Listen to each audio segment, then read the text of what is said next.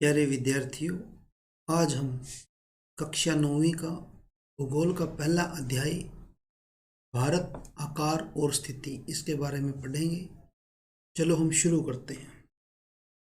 भारत विश्व की प्राचीनतम संस्कृतियों में से एक है।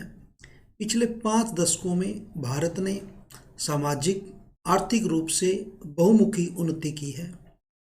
कृषि, उद्योग, तकनीकी और सर्वांगीण आर्थिक विकास में अद्भुत प्रगति हुई है।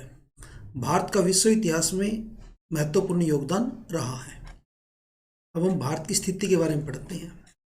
स्थिति: भारत एक विशाल देश है। यह उत्तरी गोलार्ध में स्थित है। यह आप देख सकते हैं। ये पृथ्वी को 2 भागों में बांटती हुई काल्पनिक रेखा है, भूमध्य रेखा। तो इस भूमध्य रेखा से ऊपर वाला जो भाग है ये उत्तरी गोलार्ध है, और जो नीचे वाला दक्षिण वाला है ये दक्षिणी गोलार्ध है। तो भारत की जो स्थिति है ये उत्तरी गोलार्ध में स्थित है। इसका मुख्य भाग 8 डिग्री 4 मिनट उत्तर से, यहाँ से 8 डिग्री 4 मिनट उत्तर से 37 डिग्री 6 मिनट उत्तर अक्षांश तथा 68 डिग्री 7 मिनट से 97 डिग्री 25 मिनट पूर्व देशांतर तक है। कर्क रेखा 23 डिग्री 30 मिनट। देश में उत्तर में देश को लगभग 2 बराबर भागों में बांटती है। मुख्य भूभाग के दक्षिण पूर्व में अंडमान और निकोबार द्वीप समूह बंगाल की खाड़ी में तथा दक्षिण पश्चिम में लक्षद्वीप समूह अरब सागर में स्थित है। अपनी एटलस की सहायता से इन द्वीप समूहों का विस्तार ज्ञात करें।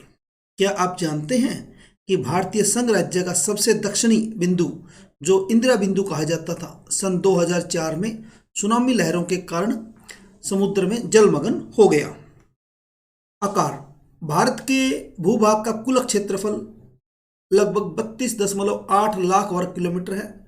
भारत का क्षेत्रफल विश्व के कुल भौगोलिक क्षेत्रफल का 2.4% है। चित्र 1.2 से स्पष्ट है कि भारत विश्व का 7वां बड़ा देश है।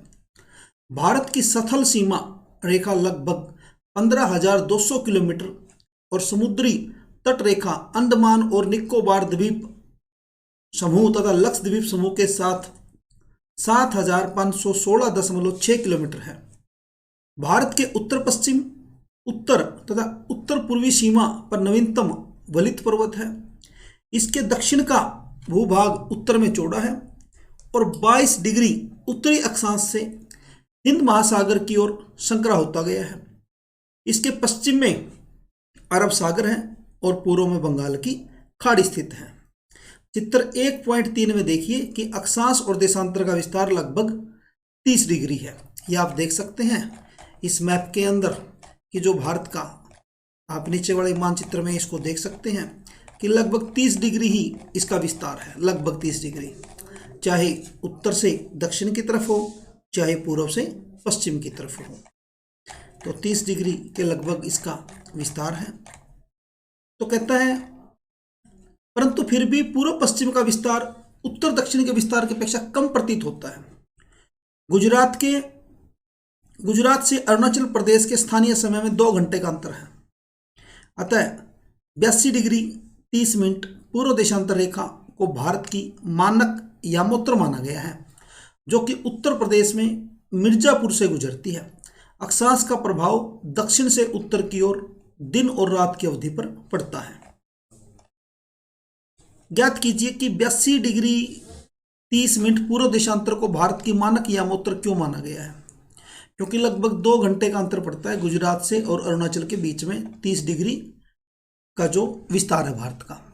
अब दोनों क्षेत्रों के समय को लगभग बीच में रखने के लिए, तो भारत का जो बीच का मानक रेखा है 82 डिग्री 30 मिनट पूर्वी देशांतर, इसको भारत की मानक यामोत्र माना गया है। कन्याकुमारी और कश्मीर में दिन रात की अवधि में अंतर क्यों है? ये अक्षांश रेखाओं के कारण है। भारत तथा विश्व: प्रायद्वीपीय भारतीय भूखंड एशिया महाद्वीप के पूर्व और पश्चिम के मध्य में स्थित है। भारतीय भूभाग एशिया महाद्वीप का दक्षिणी विस्तार है। हिंद महासागर जो कि पश्चिम में यूरोपीय देशों और पूर्वी एशियाई देशों को मिलाता है, भारत को केंद्रीय स्थिति प्रदान करता है। देखिए, दक्षिण का पठार हिंद महासागर में शीर्षवत फैला हुआ है और पश्चिमी एशिया, अफ्रीका और यूरोप के देशों के साथ साथ पूर्वी एशिया के देशों से भी पूर्वी तट के माध्यम से निकटतम संबंध बनाए हुए हैं। हिंद महासागर में किसी भी देश की तटीय सीमा भारत जैसी नहीं है। भारत की इसी महत्वपूर्ण स्थिति के कारण एक महासागर का नाम इसके नाम पर रखा गया, हिंद महासागर। कहता क्या आप जानते हैं कि सन 1869 में स्वेज नहर के खुलने से भारत और यूरोप के बीच की दूरी 7000 किलोमीटर कम हो गई थी, बिल्कुल कम हो गई थी, 7000 किलोमीटर स्वेज नहर के खुलने से। तो यहाँ पर ये जो दिया हुआ है विश्व के 7 बड़े देशों में दिए हुए हैं। नंबर 1 पे रूस है, नंबर 2 पे कनाडा है क्षेत्रफल के हिसाब से, 3 पे संयुक्त राज्य अमेरिका है, 4 पे चीन है, 5 नंबर पे ब्राजील और 6 पे ऑस्ट्रेलिया और 7 में भारत। ये विश्व के 7 बड़े देश हैं। ये भारत का मानचित्र दिया हुआ है, इसमें आप देख सकते हैं कि पूर्व से पश्चिम 2933 किलोमीटर और उत्तर से दक्षिण 3214 किलोमीटर भारत का ये लंबाई है। और इसमें आप देख सकते हैं कि अंतर्राष्ट्रीय व्यापार मार्ग यहाँ पर दिखाए गए हैं, तो इनको आप मैप के माध्यम से आसानी से समझ सकते हैं। इधर ये जापान से दिखाया गया, जापान की राजधानी टोक्यो से, फिर थाईलैंड होते हुए फिर भारत में कोलकाता, कोलकाता से दिल्ली, और ऐसे ही फिर ये मुंबई, चेन्नई और इधर मुंबई से कोलकाता। कहता है कि भारत का विश्व के देशों के साथ संपर्क युगों पुराना है, परंतु यह संबंध समुद्री जल मार्गों की अपेक्षा भूभागों से होकर था। उत्तरी पर्वतों के दर्रों से अनेक यात्री प्राचीन काल में भारत आए, जबकि समुद्री मार्ग बहुत समय तक ज्ञात नहीं थे।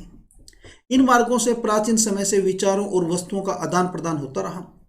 भारत का पश्चिम, मध्य और पूर्वी एशिया तथा दक्षिणी एशिया के पड़ोसी देशों के साथ एक अद्भुत संपर्क रहा है। इसी प्रकार उपनिषदों के विचार, रामायण और पंचतंत्र की कहानियां, भारतीय अंक एवं दशमलव प्रणाली आदि संसार के विभिन्न भागों तक पहुंच सके। मसाले, मलमल आदि कपड़े तथा व्यापार के अन्य सामान भारत से विभिन्न देशों को ले जाए जाते थे। इसके विपरीत यूनानी स्थापत्य कला और पश्चिमी एशिया की वास्तुकला के प्रतीक मीनारों तथा गुंबदों का प्रभाव हमारे देश के विभिन्न भागों में देखा गया। भारत के पड़ोसी देश। भारत का दक्षिण एशिया में एक महत्वपूर्ण स्थान है। भारत में 29 राज्य और 7 केंद्र शासित क्षेत्र हैं। चित्र 1.5 के माध्यम से आप देख सकते हैं। ज्ञात करना है कि पश्चिमी और पूर्वी तटों पर केंद्र शासित क्षेत्रों की संख्या आपने ज्ञात करनी है। क्षेत्रफल के आधार पर सबसे बड़ा और सबसे छोटा राज्य कौन सा है, ये भी आप ज्ञात करें। कौन से राज्य अंतर्राष्ट्रीय सीमा और समुद्र तट को स्पर्श नहीं करते, ये भी आप मानचित्र के माध्यम से देखकर लिखें। पाकिस्तान, चीन, म्यांमार और बांग्लादेश की सीमाओं को छूने वाले राज्यों को 4 वर्गों में विभाजित कीजिए कि कौन कौन से राज्य पाकिस्तान को छूते हैं, कौन से राज्य चीन को, कौन से राज्य म्यांमार को और कौन से राज्य बांग्लादेश को। उदाहरण उन राज्यों को एक वर्ग में रखिए जिनकी सीमाएं पाकिस्तान से मिलती हैं। इसी तरह अन्य शेष वर्ग बनाइए।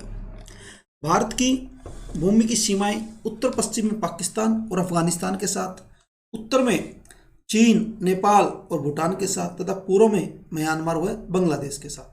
कहता कि आप जानते हैं कि सन 1947 से पूर्व भारत में 2 प्रकार के राज्य थे, प्रांत और रियासत। प्रांत वो जो ब्रिटिश के अधीन थे और रियासत जो राजाओं के अधीन थी। वायसराय द्वारा नियुक्त अंग्रेज अधिकारी प्रांतों पर शासन करते थे और रियासतों का शासन स्थानीय शासकों द्वारा पैतृकता के आधार पर अंग्रेजी शासकों की प्रभुसत्ता मानकर स्वायत्तता से किया जाता था। तो भारत और आप पड़ोसी देख सकते हैं। ये भारत आपको दिखाई दे रहा है। भारत का पड़ोसी देश है पाकिस्तान, फिर ऊपर अफगानिस्तान, इधर उत्तर दिशा में चीन, तिब्बत के ऊपर चीन का कब्जा है। इधर ये नेपाल दिखाई दे रहा है आपको, ये भूटान दिखाई दे रहा है और इधर ये हमारा बांग्लादेश, ये बांग्लादेश है और इधर म्यांमार है और साथ में श्रीलंका और ये टापू देश जो दिखाई दे रहा है आपको मालदीव है। ये लक्षद्वीप के द्वीप समूह है और ये अंडमान निकोबार द्वीप समूह है। कहता है दक्षिण में समुद्र पार हमारे पड़ोसी 2 द्वीप समूह राष्ट्र श्रीलंका और मालदीव है। श्रीलंका और मालदीव है। भारत और श्रीलंका के बीच में छोटा समुद्री रास्ता पाक जल संधि, इधर पाक जल संधि तथा मन्नार की खाड़ी है। मालदीव लक्षद्वीप समूह के दक्षिण में स्थित है। ये लक्षद्वीप समूह के दक्षिण में मालदीव है। अपने पड़ोसी देशों के साथ भारत के भौगोलिक और ऐतिहासिक संबंध बहुत अच्छे रहे हैं। अपनी एटलस में एशिया के मानचित्र में देखो कि भारत कैसे अलग दिखाई देता है। धन्यवाद।